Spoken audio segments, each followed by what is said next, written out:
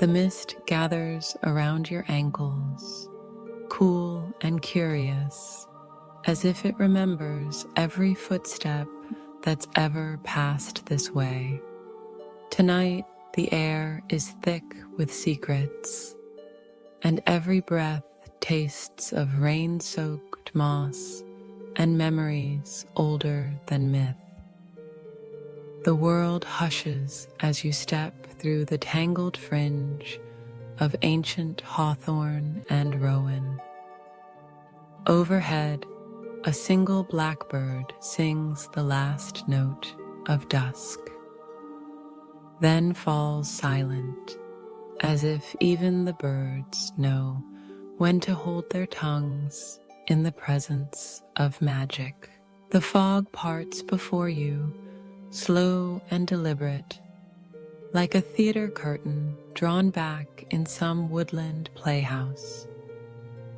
Beyond, a path unfurls, soft underfoot and lined with foxgloves nodding their purple heads in time to a wind that smell faintly of peat and promises. Each blossom bows low, their bells silent but welcoming, a carpet laid out by nature's own hand. Your shoes sink into a moss so plush it could be older than your family tree, a living cushion that gently hushes every footfall. The moss sighs beneath your weight, a squishy, earthy ASMR that grounds you here and now between worlds. Mind the fairy rings, whispers the wind, teasing your ear with a voice that could be the echo of a grandmother or the laughter of a child. Under an ancient oak, mushrooms glow neon in the gathering twilight, pale green, blushing orange, and a fierce, impossible blue. Don't worry, those aren't portents. They're just Ireland's version of nightlights, left by the fair folk to guide travelers who walk with open hearts. Above, a distant tin whistle flutters on the breeze, rising and falling in a melody that feels both familiar and elusive, a tune you know you've heard in dreams. Somewhere deeper in the Glen, the fog curls around itself, weaving in and out of bramble and fern, as if it's thinking of settling in for the night. But you, guest of the Glen, are far from sleep. Not yet. You follow the path as it narrows, winding between stones carved by the patient hands of rain and time. Each stone is flecked with lichen, painted with stories in green and gold. A sense of anticipation prickles at your skin. Here, in the heart of the fairy glen, the air is thick with possibility. Every shadow could be a doorway, every rustle a whispered invitation. The gentle gurgle of water draws you onward. Soon you find yourself at the edge of a stream, clear as spun glass, tumbling over quartz pebbled beds. The stream giggles as it leaps from stone to stone, its song half Irish Gaelic, half pure magic, an ancient lullaby, rewritten anew each night. The melody is carried by the delicate plucking of a Celtic harp, threads of sound weaving through the air like the silver trails of snails after a fresh rain. Kneel down, yes, even in those expensive slacks, and dip your fingers into the water.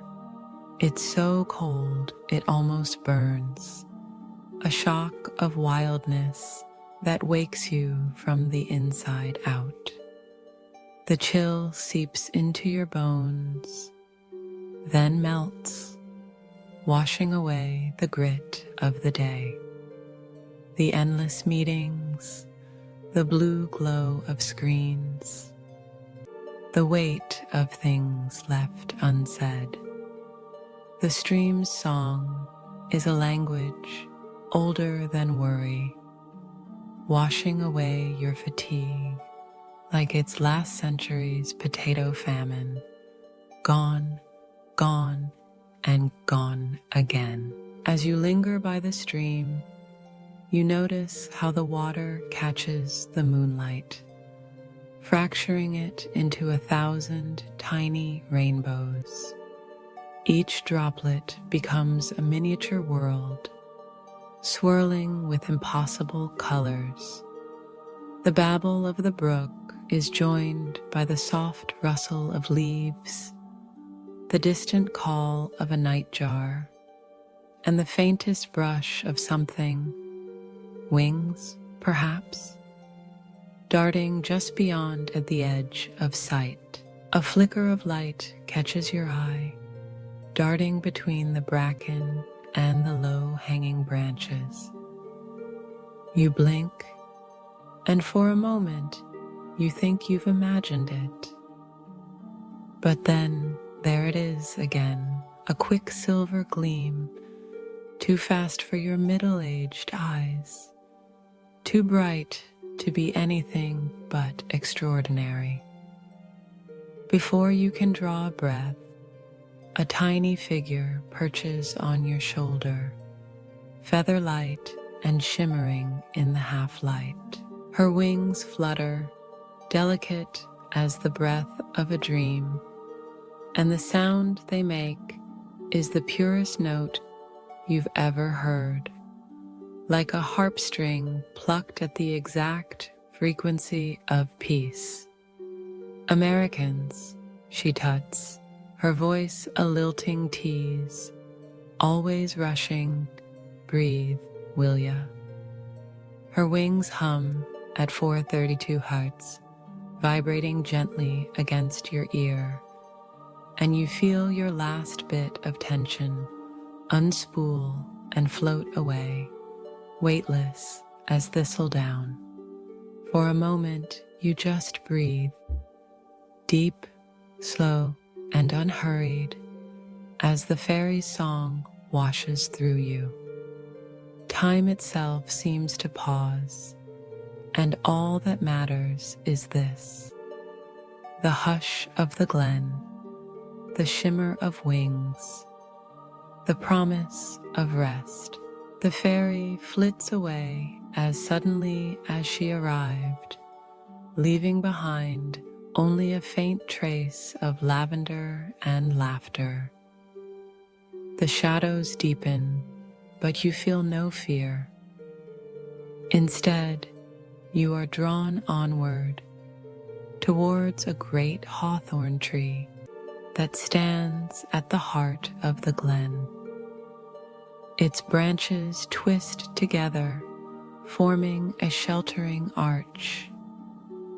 The leaves whisper overhead, a private conversation in a language only the wind and the trees remember. You settle beneath the hawthorn, its roots curving around you like the arms of a grandmother, soft and endlessly forgiving. The bark is etched with ancient Ogham runes, lines and notches spelling out blessings, promises, and secrets lost to time. The tree's presence is a lullaby, ancient and unhurried. It beckons you to rest, to surrender to the gentle pull of sleep. A low, druidic chant rises in the distance, blending with the rustle of leaves and the soft, rhythmic beating of your own heart. Each note is a thread, weaving a tapestry of dreams that wraps around you, warm and safe. The fairies have taken your worries, turned that looming presentation into a lullaby, transformed your mortgage into a puff of dandelion fluff, blown far into the night. As your eyelids grow heavy, the last thing you feel is the pulse of the earth beneath you, strong and steady, cradling you in a promise as old as Ireland herself.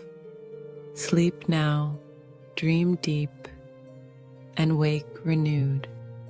The harp's pure vibrations carry you into a world of dreams, where magic lingers, waiting to welcome you back again. Let the emerald lullaby carry you, soft and sure, into restful sleep.